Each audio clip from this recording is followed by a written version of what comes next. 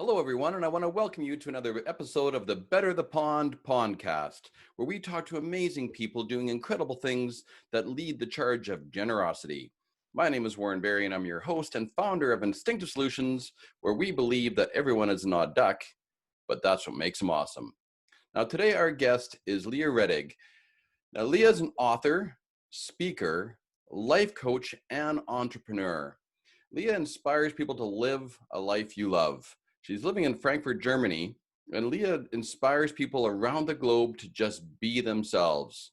Her superpower is her laughter, and I'll guarantee you that is contagious.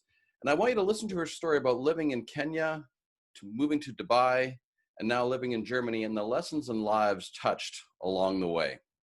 Her belief is reciprocity, and that's how she actually betters the pond. And her belief in reciprocity is her way to better the pond. Her book and show, Who Are You?, help people find and live their purpose in life. And I'm so happy to have as a guest on my podcast, Dr. Leah Reddig. Well, Leah, I want to thank you so much, and I'm really grateful for the time that you're giving me to be on the Better the Pond Pondcast. Thank you. Thank you so much, Warren. And I truly appreciate it. So Leah, take me back to being a gosling, and to leaving the nest and to where you are now. What's your backstory, Leah?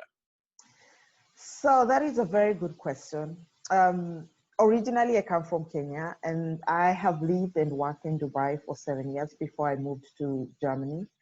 I've been living in Germany now almost 14 years, and I have two beautiful kids. One is 13-year-old, and the other one is 11. I'm an author. I'm a motivational speaker. I am like a mom, like I said. I am a coach, so I do transformational coach and life coaching. And at the same time, I still do my 9 to 5 job career-wise. I love my job as well, and I do clinical research for medical devices. Mm-hmm. I've worked with pharma companies as well before I jumped into medical devices. And so that has been a quite journey. Before I moved to Dubai, that was in 1999 actually. I was I am somebody who has always grown up and I've always aspired to travel because I love traveling. I Mm-hmm. feel like traveling is something, it's fulfilling because you learn a lot of things. You learn culture, you learn traditions, you learn new places, you meet people of different walks, and you kind of grow and understand how, to cope with them, how to, be in relationship with people, how to communicate with people. Mm-hmm. And for me, it has been a joy that I've been able to travel a lot with my job as well as just as individual. And even when I was young, I've always aspired to have family, which I'm so glad that I have my kids.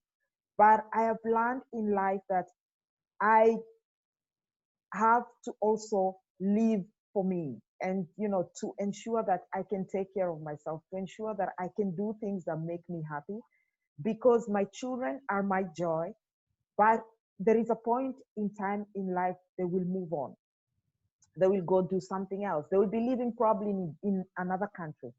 But then I will Which is my daughter right now. So, see exactly. And I know that because I know my daughter is already planning to go and do her exchange school year in the US, and she's only 13. And I'm like, it's already like a preparation for me emotionally, mentally, to say they are starting to move out. They are mhm. now, taking their own wings. They are now learning to do things by themselves. And I know that at least I am equipping myself in a manner that I will not be in a mental shock state to say, oh, so now my nest is empty. What next? Or ask myself, so what do I do? Where do I begin? Then I become a lonely, wondering about and thinking about, why did I put all my eggs in one basket and now they're all gone and I don't know how to, find others, and it's too late. I can't do that, and I start, going down the dark path. So I kind of try to help to make myself aware of every phases of life. And so that is why I chose to begin, to do like the life coaching, and Hmm. as well as writing books, which actually my first books were written in a lockdown. So thank God for the lockdown, pandemic, COVID-19. Yeah, we have to find the blessing in everything, don't we? Exactly. And that's the thing, because, you kind of become happy when you can find a blessing in every situation. And I know so many people were affected by that, but, if we look back in our lives, you find every season is a journey for you. Hmm. The question is, are you opening your eyes wide enough to ask and to see what journey is this taking me to? And so Right. when pandemic started, I was busy still traveling for my normal work. But then, when pandemic came, everything was shut down. And because I work mostly from home, so I could do my work. But then I asked myself, what if everything was completely down? What then? you know Hmm. then you kind of start realizing, I need to gauge my strength differently. I need to begin to explore more about myself, what else I can do, how can I balance them, how can I begin to introduce new things, new strategies, new developments in my life. And that's when I started thinking about books. It's not like books is something that has been in me for a while, but Hmm. you're just so busy with everything, or you're doing your job, you have your kids, you want to take out, you want to do this, blah blah. It's always a never ending story. And then you come and say, I don't have time, I was this and this and this and this. But then pandemic came, and you don't have to travel anywhere. You just travel from your sitting room to your toilet to the kitchen to the bedroom, and you're Right. back. Well, it's interesting, you say that because now I've been thinking about doing these podcasts for a while. So it was in my head, but then it wasn't until COVID hit, and I wanted to start to tell good stories. I wanted to tell, the stories of what we're doing that were making the world a better place in a time Mhm, that the mhm, world was kind of starting to fall apart. And it gave me time to write my book. I'm not done yet. I'm working on it, but it was the mhm. same thing. And I did have that excuse: if I don't have enough time, I don't have enough time. So I think with the pandemic, there was a blessing because we were given the gift of time, Exactly. and to do things that we really wanted to do, Mm, but we always made excuses not to. So exactly. yeah. So can you tell me? I'm really intrigued because the fact that you're an author, you're a motivational speaker, you're a life coach, and obviously you have a big heart, and you really care about people. Can you take me back to being in Kenya, and can what was it like back then for you, and did you see that part of you when you were Gosling? Um, that is very good question. I mean, my life back in Kenya was very good. Um, like I say, I am somebody who is always ambitious to do a lot of things, to do new things, to venture into different things. So even when I was young, I could do a lot of things. I could plan, like events, speaking events in my community. We were kind of having like a club thing, a group of young people going, visiting schools, talking to students, encouraging them, motivating them, into just sticking to their education, to learn, and how important it is for them. Because many a times you are, when you are young as a student, you are like, oh, I have to finish, I have to go, I want to do this and that. And then you grow up, and suddenly you're like, oh my goodness, I wish I was that kid again, because everything is just not working as I thought. And I'm like, so when we were having like a club that we used to meet every Saturday in kind of a small canteen. And we thought how best we can serve our community. And we used to go to all these schools, to these social places, and we could talk to kids, and they were really enjoying and listening, because we could speak our experience of how we felt being out of school, being in college and university. And every time you're like, school was the best place to be because you had everything taken care of. You didn't need to think about, oh, how do I pay my rent, or does my next bus fare come from, where does my food come from. You just had to go study, and everything is being taken care of. And it doesn't matter whether they get it or they don't, but yours has to be there. And I also had a passion of traveling abroad and studying abroad. And Australia, Perth was the love of my heart. And so we had universities come to Kenya, and they were kind of enrolling people. Hmm. And I had my qualification for Perth. I even had a university to go. But then somehow things just, didn't work for that. And because for me, from the beginning, what was my line was to do law or journalism. Those were my passion.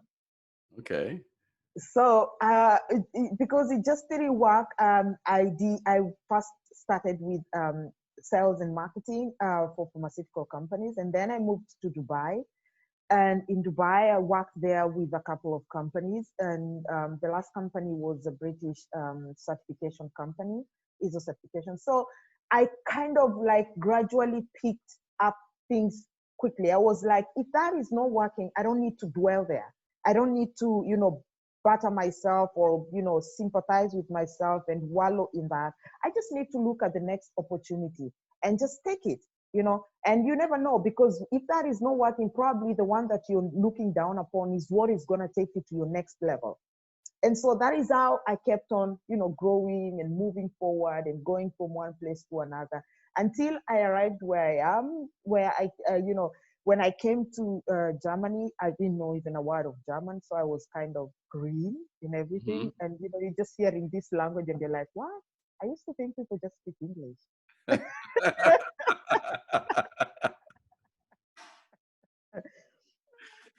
What language is this? I mean, people are talking, but you just don't understand. What are they? Are they really getting each other?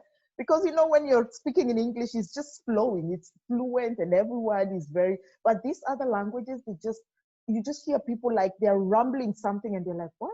Seriously?" So I quickly realized I need to get my language skills up and running very fast. And I started going to school for German language. I had to do that for a year. Hmm. And in that span also is when my daughter was born. And also in that span is when I started hunting for jobs, because for me, I'm not just somebody who sits and does one thing, because I get bored very fast. Yeah. And when I start getting bored, then I get frustrated.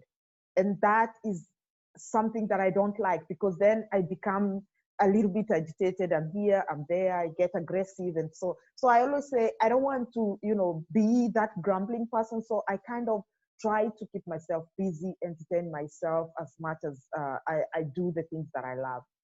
And so after I got my first job, I was still doing like a part-time job in a church, Hmm. and then moved from there. I joined it was a chemical company. It was an Austrian company, and that was also another interesting area, because the first trainings I had to fly to Austria, and their German is a different level. Is totally different. You kind of, it's like you're talking to a deep Scottish person, Okay. Yeah. and you're wondering, is that English?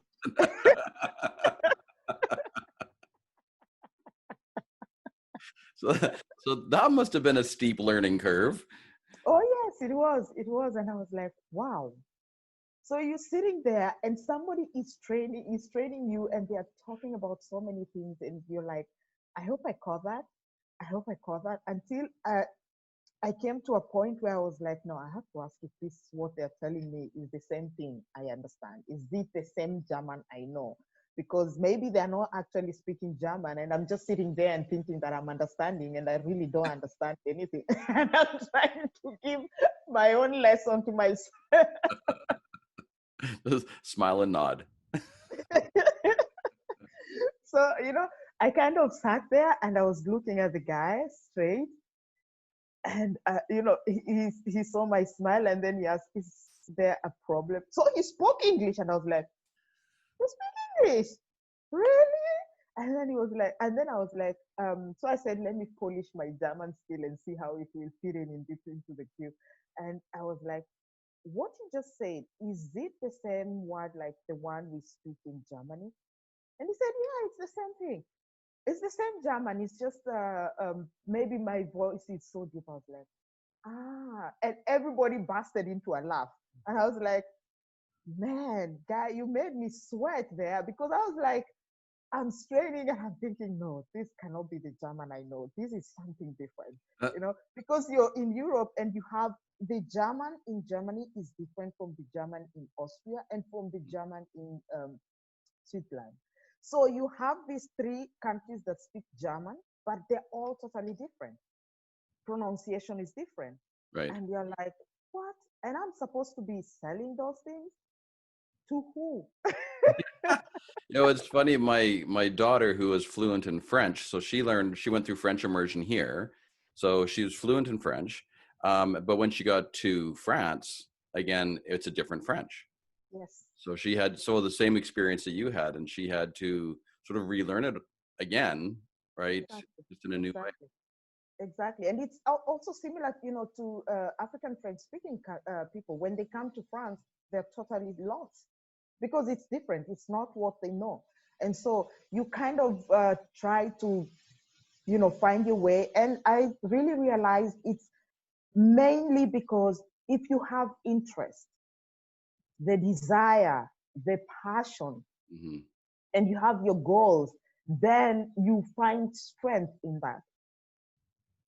Yeah, and that gives you that's your North Star, right? Exactly. Yeah, and that gives you the drive to keep moving forward. Exactly. And one of the things that I've learned too, even with everything that has been going on, is just never give up. Just you keep moving forward. Exactly. Exactly. Keep moving forward because you will stumble. Babies, when they're born, when they start walking, they stumble, they stand. When they're 6 months, they kind of try to crawl. Even the crawling is a little bit of a hassle for them because first they have to lift up their knee and then they go down, then lift up again the knee and then they go down, and they're like, "What kind of yoga is that, my friend?" So so it's kind of the same with us. It's just that we are big babies and we have to be in a place where we say, with everything that I do, it might not work 100%, but I'm learning. Hmm. And it's my learning curve that I take that and I say, okay, probably I would have done it differently, or probably I need to ask somebody who knows it better, to find support so that you can grow into the right direction.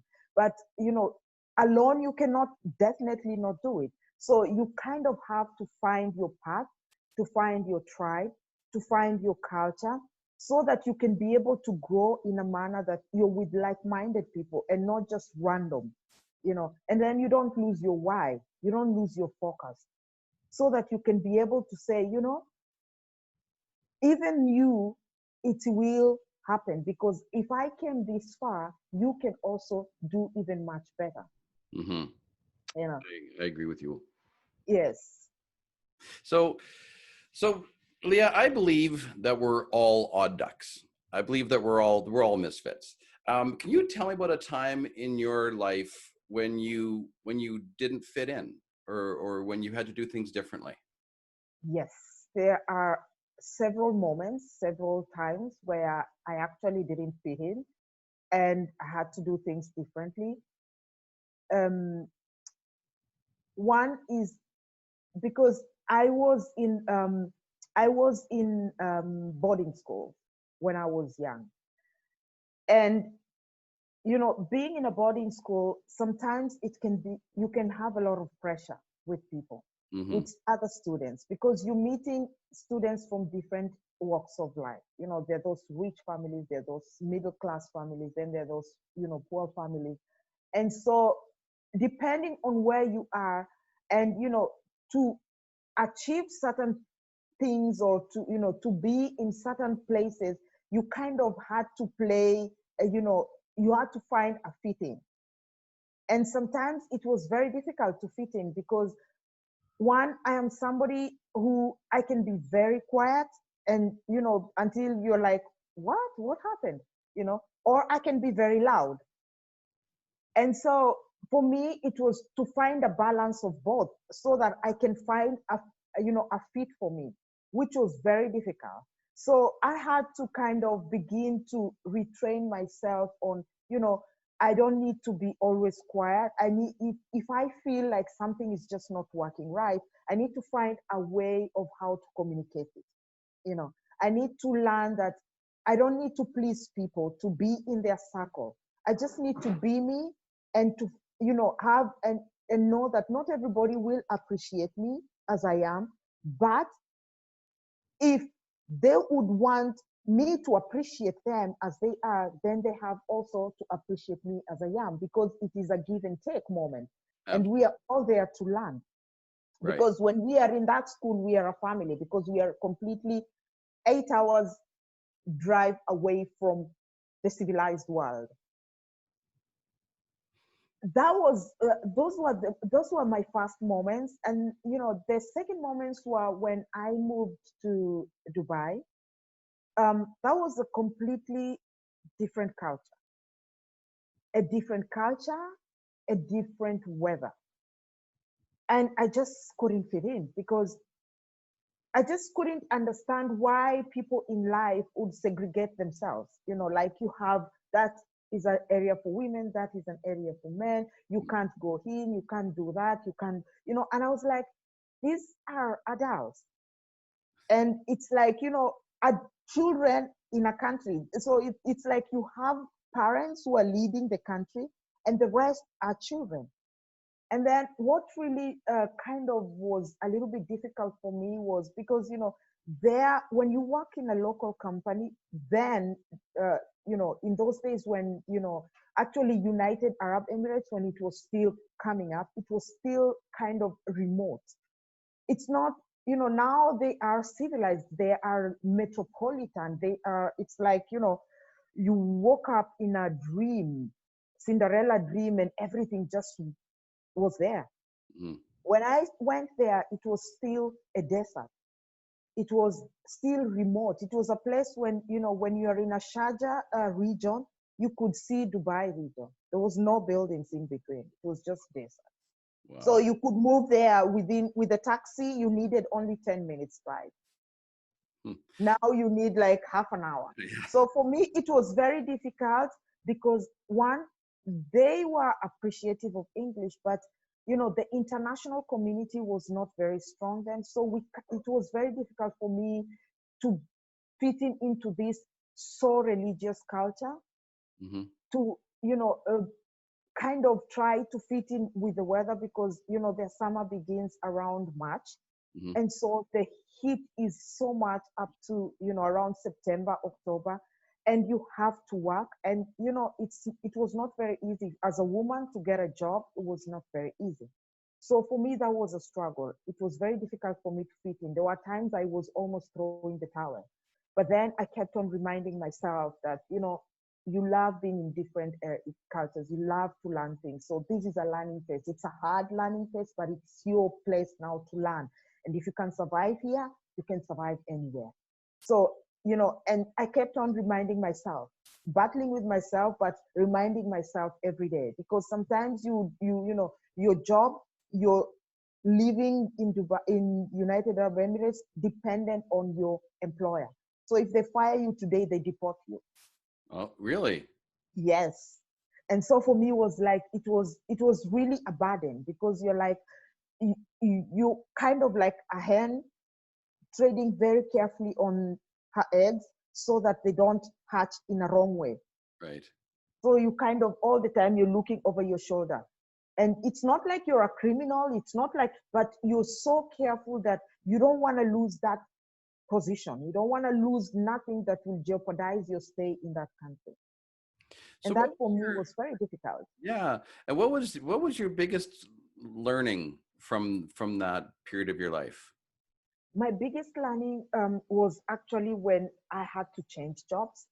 And when you're changing jobs in those times, now I'm not really sure how they function, but in those days, when you had to change your job, if you are not working with a typical pure international company, that means it is run by Americans or Europeans, then you are in a very unsafe place, because if you want to change a job, you had to kind of be very discreet on it. You had to kind of be quiet about it, because you sign your contract, you must have like a temporal visa to Mhm. hold on. Otherwise, you have to exit the country. To exit the country, it's troublesome, because you're going out, you have to come back. When you exit, you're not sure if the next employee will actually send you a visa to come back and work there. Right. So you're kind of very wobbly in everything. And so for me, when I changed my job from a local company to an international company, it was a learning curve, because I had to exit the country. And before I was supposed to exit the country, I had a lot of things to take care of. I kind of left a full house and just, exited. And it took me almost like 3 to 6 months before I could get my work permit to go back and work. So for me, in that time, it was really a moment where I was feeling like a total failure.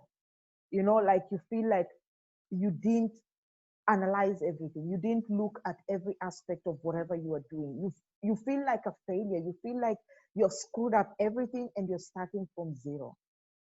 But then, my employer was very, very, he was a very nice gentleman. He was a British guy, and he kept contact, because he could not go to any government office. You have to always have a local person to do all the, governmental documentation and stuff.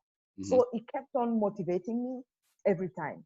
So he could kind of give a call every 2 weeks, 3 weeks, and just, kind of reassure me, don't worry, your visa will come out, everything will be perfect, and it doesn't matter, even if you lose your housing or your things, we will find a way to settle you back. So that kind of was giving me that reassurance. But still, you're not on ground. So, and when you're not I am those days I was somebody who I love to control the things I do. And when I have no control over that, then it's really very difficult. So for me, I had to learn to know that I don't have to control everything. Sometimes I have to let go and just let things work. I've seen that theme through so many people, Leah, and I always like the line of, if you want to make God laugh, tell him your plans. Because we ultimately we don't, there's certain things we try to control, and there's things you can manage, but there's so much is when you let go Yes. is really where the magic is. Exactly, Yeah. exactly. And so, when I just decided not to think about it and just to, kind of have my good sleep, eat, and just do my own thing, is when everything just came. My visa came, my ticket came, everything. And so when I flew back, I was very amazed, because then I learned, working with an international, you could keep your documents to yourself, you know unlike working with the local, they had to take all your documents. So if you want to travel, you have to kind of go beg for your documents. I'm like, you know and so this time I had to keep my documents. So it was like, wow, that's a plus, because I don't need to ask for permission. If I decide today, okay, I need a vacation, I can just travel. I don't need to start applying to get my documents back. Wow, you know that's fascinating. yeah, so it was really a learning curve for me, and I felt like, and I love what you said. If you want to make God laugh, tell me your plan thing.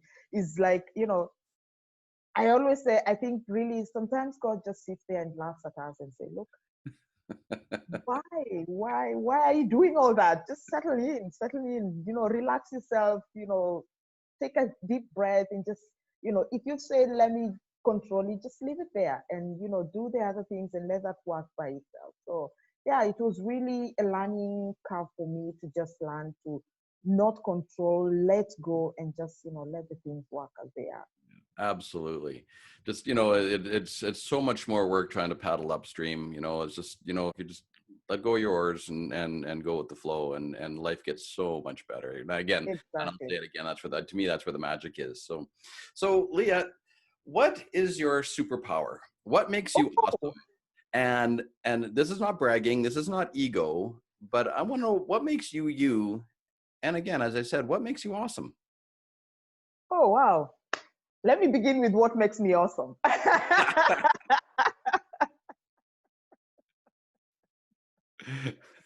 Makes me awesome. When I just laugh. So simple. So simple. Simple. So simple because, you know, that is, and that is what I learned because it is also connected with my strength. Because for me, the laughing, because I can really laugh loud. I love to laugh loud because it comes out from my stomach. I feel the energy with it. And it gets me so excited that I can really laugh. The other day I was just with very good friends of mine, and we were really at it on laughing. And she was so surprised to say, "You can really laugh until you cry." I said, "Yeah," because it's for me something that energizes me. It gives me strength because I know that it gives me a focus into the positive. Hmm. It allows me to see things differently. It teaches me that you can laugh in every season. Just laugh it off because when you laugh, it kind of releases something out of you and it makes you become light. And so, when I found that, I found myself, I could laugh a lot. I laugh a lot with my kids. We laugh over so many funny things. Sometimes even when I would want to punish them, I can't because when I tell them something, they start laughing. And so we start laughing. So everything is kind of forgotten and we're just laughing like mad people. But yeah, it's something that has really, I can say that makes me awesome. What is my strength? My strength, I'm a visionary. Ah, And I am somebody I can envision so many things. I have great ideas and I can manage up to an extent, but implementation for me is easier to delegate it to somebody else. mm-hmm. And I will tell you how it looks because it is all in my mind Right. and how it will look at the end. you know and I can walk you straight through it and you will see it and you can put it down and you can work with it. But those small details implementation Yeah. are really strenuous for me. That is my weakness. Hmm. Well, I wanted maybe, I work with people, and I work with companies and teams, and based on instincts. And there's so our instinctual, what's called the conative aspect of our mind, is how Mm, we take action, and it's how we problem solve. And so mm, how I see it is that and I understand totally the fact of all the details. I am not a detailed guy. I'm a visionary guy, and like I just make the details go away, and somebody else will do it.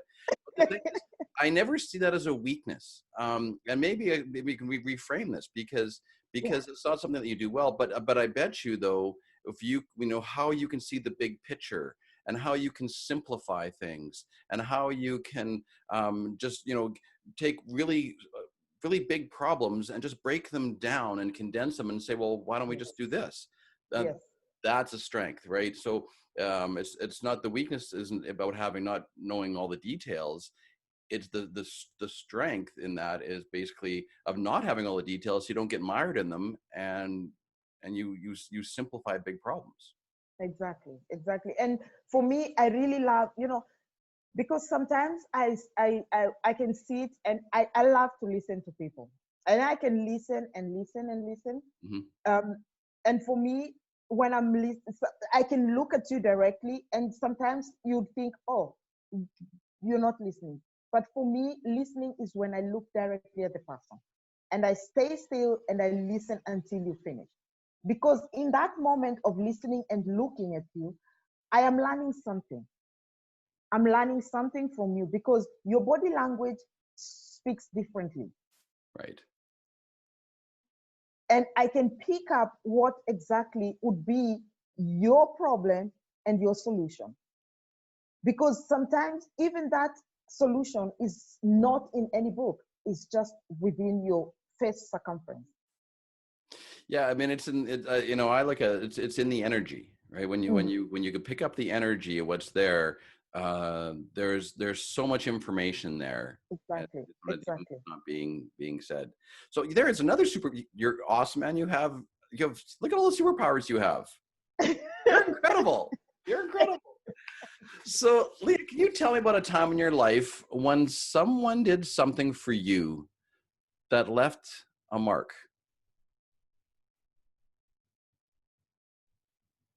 Yeah, they are.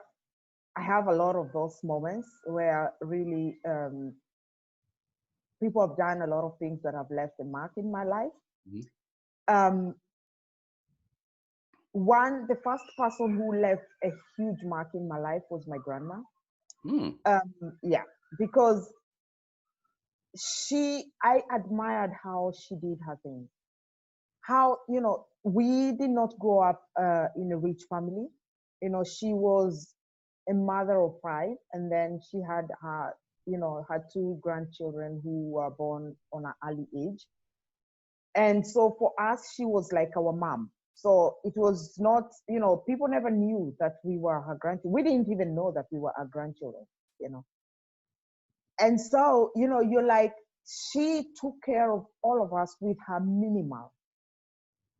And we are talking about a kindergarten teacher in Africa.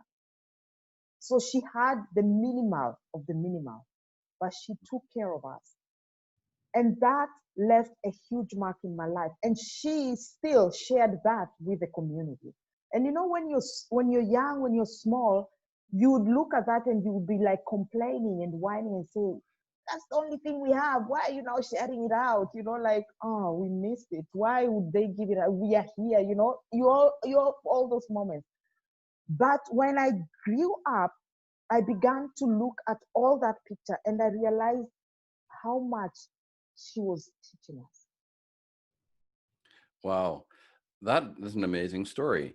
And you said earlier that you didn't know that she didn't know that they were your grandkids, or No, we didn't know she knew we were her grandkids, but she took care of us like her own children, wow, you know, yeah, because she had the minimal and she had all these five kids. And, our moms by then, they were not working. They had nothing. So they couldn't provide, you right, know.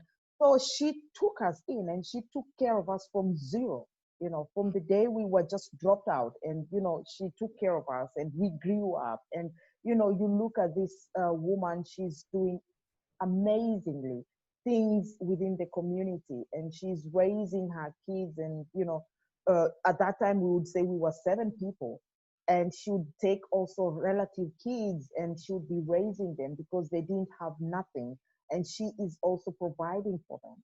hmm, And you know we didn't miss nothing. you know there are, right, having this luxury of traveling, we didn't miss it because where she was working, she had the opportunity of doing those safari activities for the kindergarten hmm, kids, because it was a company kindergarten. And so we were all involved. So she would take us to all those, traveling. So we enjoyed that even when we couldn't afford it, because she enabled it for us with her minimal, right. you know. Yeah, I mean, it sounds to me that she just did it out of love.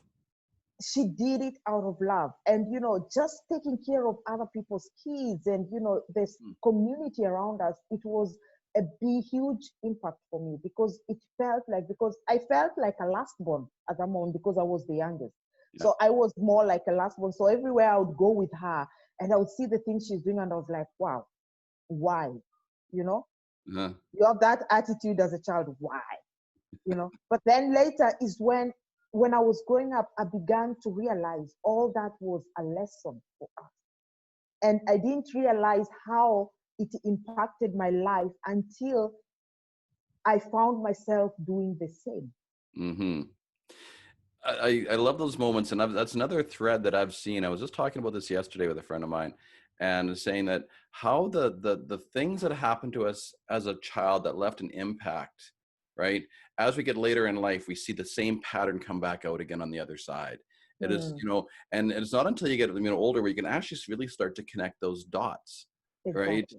Exactly. I think it's absolutely fascinating of how there's certain people in your life just leave that mark and leave that impression on you, and when and you start doing the same for others. And Exactly. I think it's an amazing story. And and your grandmother doing that, just and again, it was minimal and just out of love and doing, and just doing the right thing. Exactly. Yeah. Exactly. So Exactly. what are you doing right now presently to better the pond, Leah? And also I want to know why. So, what am I doing at the moment to better the pond? I am really trying to support a lot of young people, especially. I was privileged, when because I've been working a lot, and I was privileged also to have au pairs in my home. Ah, So yeah, that's why I was very amazed, that your daughter is doing au pair in France. I was like, I hope the family is really treating her well, because sometimes most of the families who bring in these young people, to support them, they quickly forget that they are also somebody else's child. right. It's not just because I pay you some, small pocket money and you're watching my kids, that I don't take you in as my family.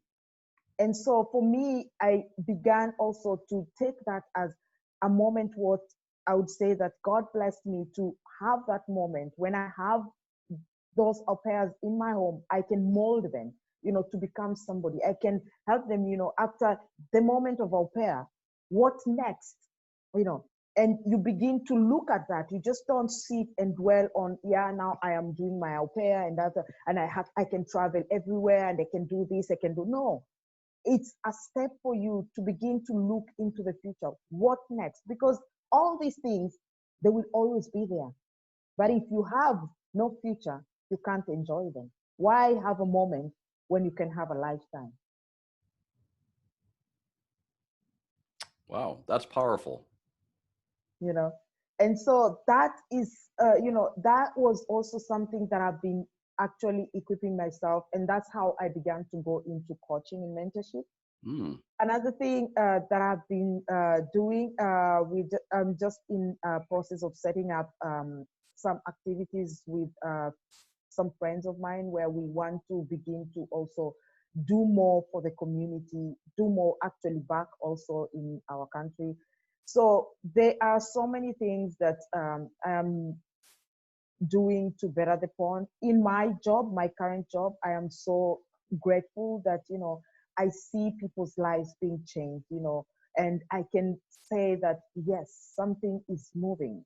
It's not just, me, being out there, or, seeing these devices here, kind of just being planned, or as I was doing in the pharma, you just do all those studies out there. But when you go there and you see how people's lives are being changed, you see a curve that was low is just shooting up, you feel very happy mm. about what you're doing. You feel like, I might not be, known by somebody, which is not very necessarily important for me, but I know that what I do is impacting somebody. And and go back to your coaching. It said you inspire people to live a life you love. Yes. And and you, when you inspire someone else to do that, I mean, that is so beneficial and impactful on people. And so that, I mean, that, and in turn, when you have that, they again in turn, hopefully with the people around them, can to do the same, right? Um, Exactly, because it's a thing of multiplication. I don't bless you to take it in and you sit up with that. You will explode like a balloon.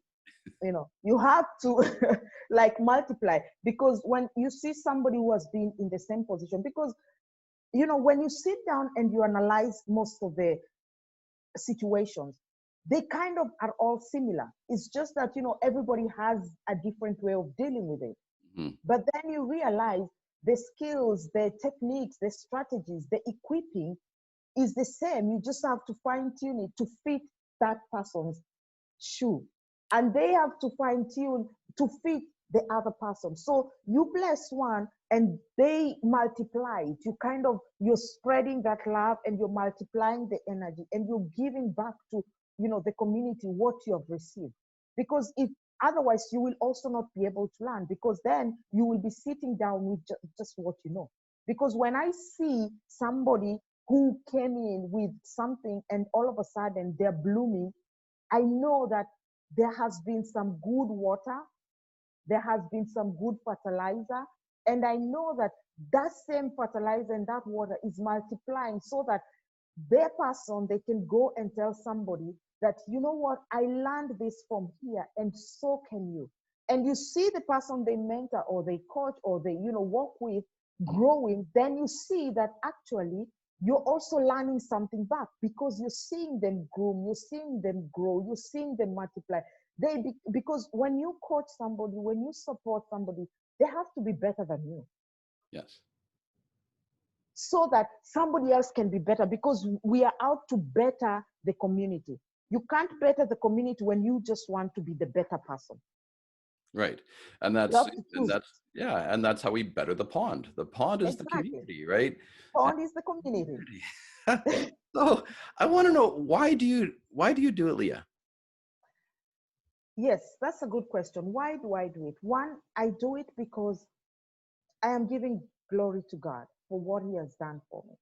Because I believe what I have, where I am, it's only Him who has made it possible. Because I can count so many times where so many things went wrong that I wouldn't have been where I am, but still I made it to where I am. So it is to give God glory for what He has done in my life.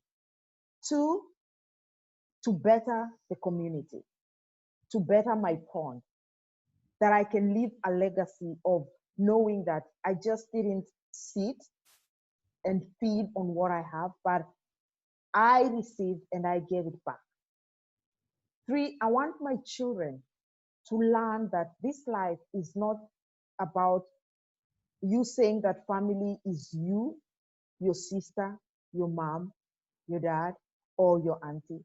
Your family is your tribe, like-minded people, the community that you better. That is your family.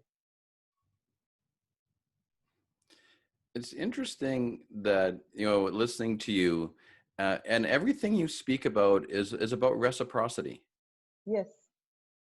That weaves all through your story. It's all about what you receive and what you put out and what you get back, and and again, whether that's in your community, in your own tribe, and to the world in general. Yes, exactly.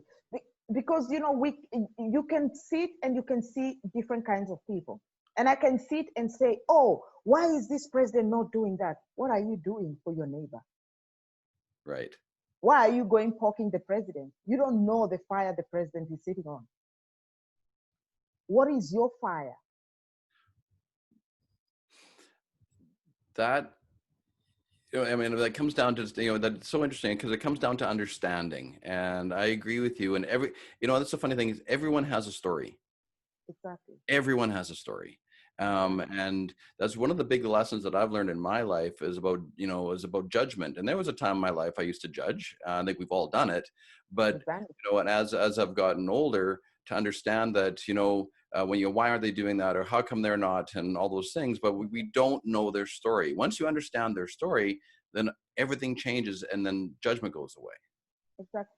And I think also, back in, our early ages, it was a different tune, it was a different music, and it was not so open-minded.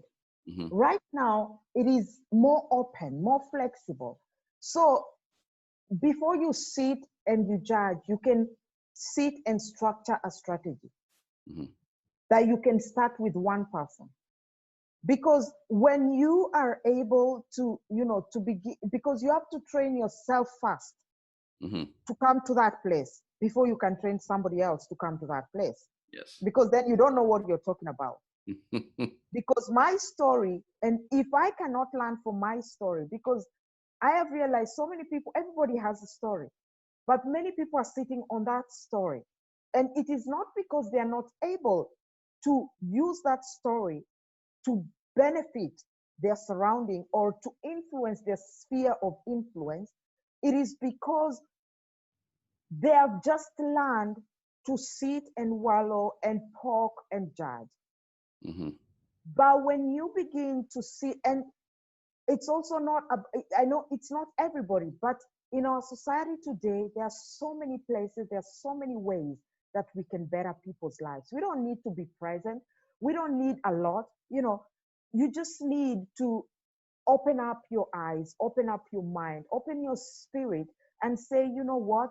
Yes, I don't like the way you're doing things, but I am trying to better my sphere of influence and see how can I deal with that small portion that I have right now. Mm-hmm.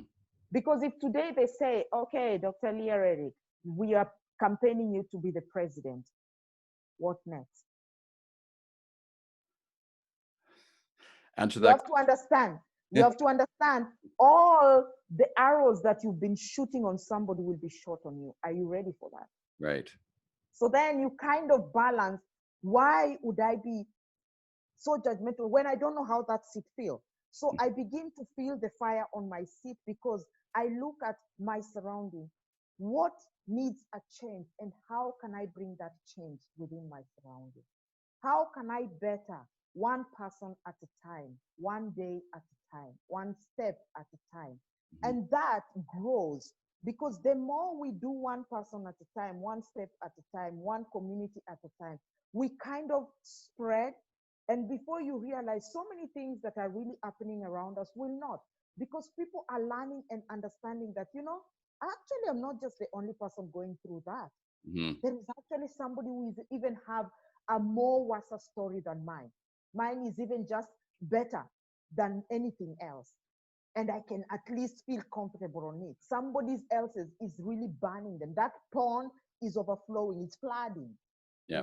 And so when I begin to do one thing at a time, just small things, I don't need to build a big, mansion or, because there's some people, you can even put a whole house full of gold, but they will still not see that gold because they'll still be looking for it. Right.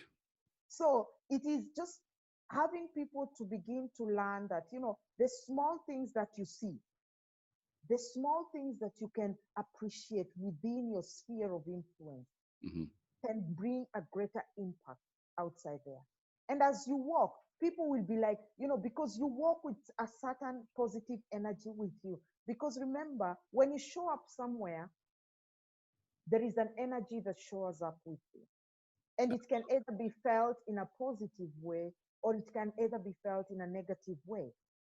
So, how are you trying to ensure that when you show up, even to those who have nothing or those who are suffering, no matter whatever space they are in, they will feel encouraged and they can grow and they can receive and begin to implement and walk it because you want to see change. Change will not come from above because you can't climb a ladder from atop. You have to climb it from down. Yes. So that's how we grow. And that's how we expand. That's how we multiply. And that's how we can also groom the younger generation to become better leaders than we are or than we will ever be. Mm-hmm. Because then they see, okay, that is what that went wrong. And now you can learn to go things, so because some things you will never learn in a school. You learn through experience. You learn through people's stories. And that is what we are supposed to be motivating people with, pushing it out there, and also working it ourselves. Not with exaggeration, but with a manner that it is really positively impacting. Mm-hmm. I call it the University of Life. Amen. Yeah. So earlier, Leah, you had said that, you're a visionary, which leads me into the next question. You're a mother goose on the pond. You are the wise one. You are the sage. Oh my goodness. Tell me, what does the future look like? And paint me a picture of your golden pond. Wow. My future looks greater than it is today. I have I have an appeal to God that I said I want to live 99 years. So I have a great future to see things, a lot of things come to manifestation. Um, how my golden pond, a picture of my golden pond is really to see a lot of young generation, a lot of, I know so many people always say women, women, women, but we also have men who need to be groomed. Mm-hmm. Because if you don't have men groomed, younger generation, younger, men groomed into becoming men of purpose, then you will never stop abuse. You will never stop drug misuse. You will never stop family breakages. They will still be there because it is a man who carries a vision. And I always tell people, in every relationship, everybody has got a purpose. Mm-hmm. Every human being on this earth has a purpose. There is nobody who has been born without a purpose. Otherwise, then they're dead. Right. I agree with you. And there is nobody who is walking dead. Then we will be talking about different levels of spirit. Yes. So everybody has a purpose, and that purpose has to be activated. And it can only be activated in a manner that we begin to speak a different language in our communities, in our society. Our younger men, young boys, they need also to be trained that as much as you grow as a man, you're a human being. Mm-hmm. You're allowed to be emotional. You're allowed to know that you don't need, when people say man up, doesn't mean that now you, even when the wall is breaking on you, you're just there. That's wrong. They need to know that there is that point where you can't do it, just seek help. Mm-hmm. You don't need to be lashing around, disrespectful or, unnecessarily carelessly. You need to carefully understand your space to also build this family that you want to build or this community that you want to build, to understand the balance. I can say equality, but they are not trained to understand or to know what is equality. Equality means that you come with a purpose or you come with a vision. I come with a purpose and a vision. We put it on the table. We work it. We look at our strengths and weaknesses. Because when we come together, I have a strength that is not the same as yours. Right. And that is why when we put it together, we build something together. And that way we can work together. And we have a balance and knowing and understanding that life is about balancing us, our works, balancing the things that we do, balancing our purposes, our vision, walking to running with it. I don't just come and sit and wait and look and wait. I don't speak what are my expectations, but then I still expect something from the person. Mm-hmm. How is the person supposed to know what I am expecting if I don't put it on the table? Right. Yeah, unless you communicate it. Exactly. How do we know? Finding value from both sides because everybody is valuable. Mm-hmm. A person with purpose is a valuable tool. Yeah. Because what you put out there is building something. Mm-hmm. So you have to begin to learn to train, especially our younger generation, even our older men, and train them and tell them, you're just human. There is a moment where you can break. There is a moment where you're strong, but then seek the support, seek the help. It doesn't mean that you're foolish. You're becoming wiser. Yes. And you're gaining strength. And you're taking your position in a rightful way. And you're demonstrating to the younger ones as you grow older something that they learn and they run with it. Mm-hmm. And they teach it and they run with it. So, that is how I visualize my pond. And I know, I am somebody who I say, there is a place for everything. And there are so many things that will definitely come to a change. But people have to be flexible and just open their minds and, their hearts, their spirits to learn from each other because we are all in a learning school. This app is a learning school for us. Who knew that we will be locked down, the whole world? Yeah, I don't think, and no one saw that one coming, that's for sure. Nobody saw that one coming, and nobody knew that even in that, things will still continue.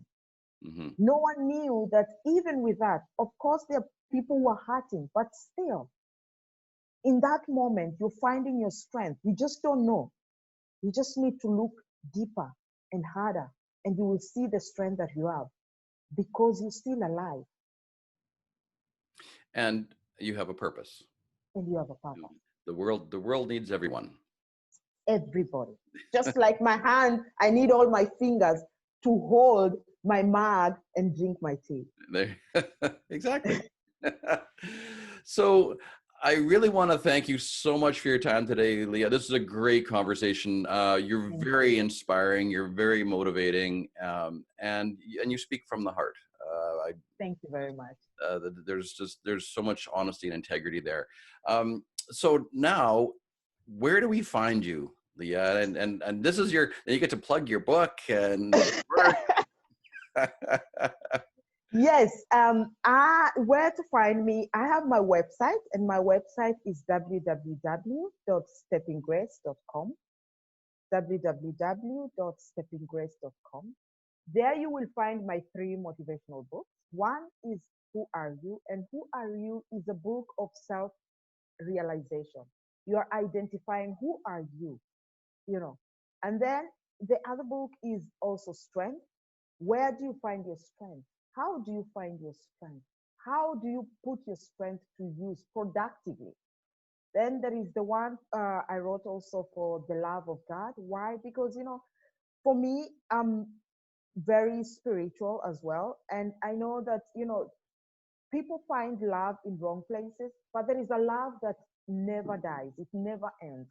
And so that will kind of trains you to, look at the love that will never die, it will never end. It will just love you no matter what, it will just love you.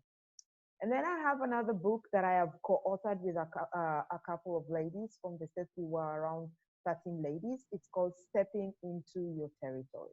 And this book is a story about, different women who have brought stories about their walks of life that encourages people to know that, you can step out there, step into your territory, take that position and begin to, work your strength, work your identity, bring yourself out. Don't think about what you have, what you don't have. Just bring yourself out and begin to see how your energy will begin to walk you out there. And I also have my blogs there that I've written as well. And I also on Facebook uh, as Leah Reddig, and on Instagram I have one Instagram is Ask Dr. Leah, and the other one is just Leah Reddig. So I am available there, and also I have my shows that I do every Thursdays and Fridays, and the show is called Who Are You? So Mhm. in this show platform, I bring people who come and speak about their stories to motivate, to empower, to teach and to enrich the community at large, especially right now in this season of, lockdown pandemic, everybody trying to figure out what next. So you kind of hear stories of people who have really seen, as much as we are in lockdown, but they have bloomed, they have, thrived in this season, and how you can also thrive in the season. So yes, that's how people can find me on my platforms. Excellent. Those, I would love to hear those stories. And as far as your books go, you can get them on your website. And are they Yes. available on Amazon or? They're also available on Amazon, and you can also go through directly on Amazon, and you can just write the topic of the book and my name, or you can go via my website and it will take you to Amazon. Also, you'll find them in Lulu, and you can also find the ebooks on Apple. So yes, they are all over. Excellent. In fact, I am going to read them. Lovely, I lovely. can't, I'm looking I, forward to your feedback. yeah, I can't wait.